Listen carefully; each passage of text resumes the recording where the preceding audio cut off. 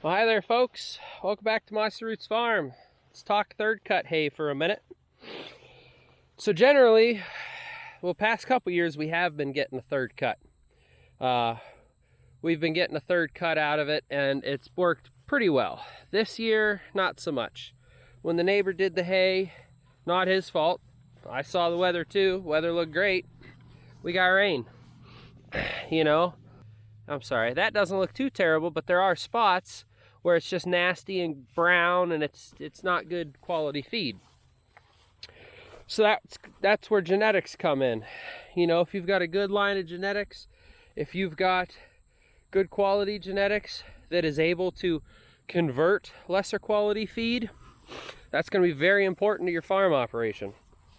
You know, our Irish Dexters, that's what's great about them. I'm currently trying to dig a rock out with my boot. That's what's great about our Dexters, is that they can take hay that's this low of quality and convert that into energy. Our Jerseys may struggle with this, because generally Jerseys don't do so well with converting over lesser quality of hay. But we'll see what happens this year. So, like I say, this is something that we've been very lucky and blessed with to have the cows that we do because of what we... Now, one thing that I do really like from a grazing grass standpoint is that when most guys do hay, they don't leave really long stems. Now, maybe he did that because this was third cut. You know, maybe he left a little bit more because of, like I've said in other videos, the longer the stems, you know, the longer the leaf, the longer the stem, all the stuff like this, more starches and nutrients it can store. And then when we get our good frost, it'll all go back down. If you cut it real low, there won't be as much stored in there, and then your hay won't grow like wildfire come springtime.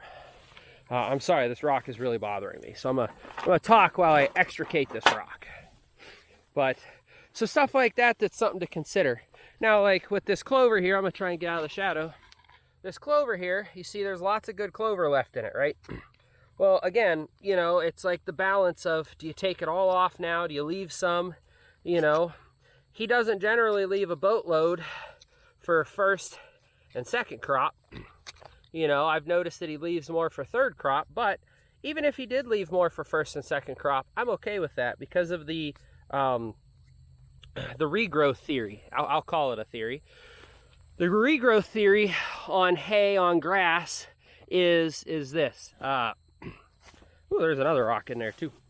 The longer you leave your grass blades, the more sunlight it can collect and the faster it can regrow.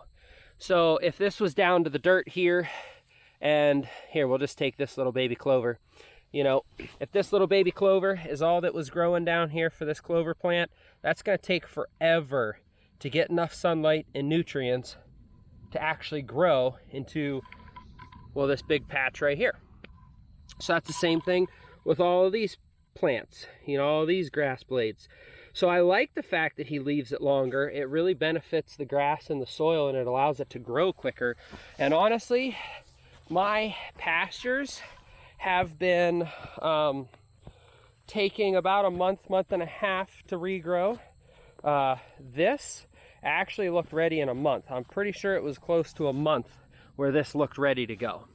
So that's another thing of, like, if you can get your hay guy to work with you. Now, yeah, you know, my hay guy, he took a chance on some weather, and, you know, the roll of the die didn't work out for him. But I got 6.5 round bales on this field, so I can't really complain about that. You know, this is only 4 or 5 acres, and I think 6.5 for third cut's really good, because I think I only got 5 or 6 for second cutting, and second cutting was really great this year because we had a lot of good timely rains, you know. But yeah, it's just that, it's that for me. It's the whole combination of things. So, but anyways, that's a lot of ranting and a lot of science and a lot of looking at boring round bales, but I don't necessarily feel comfortable showing all of my neighbors' houses and where I live and such, so a round bale is the topic of today's conversation.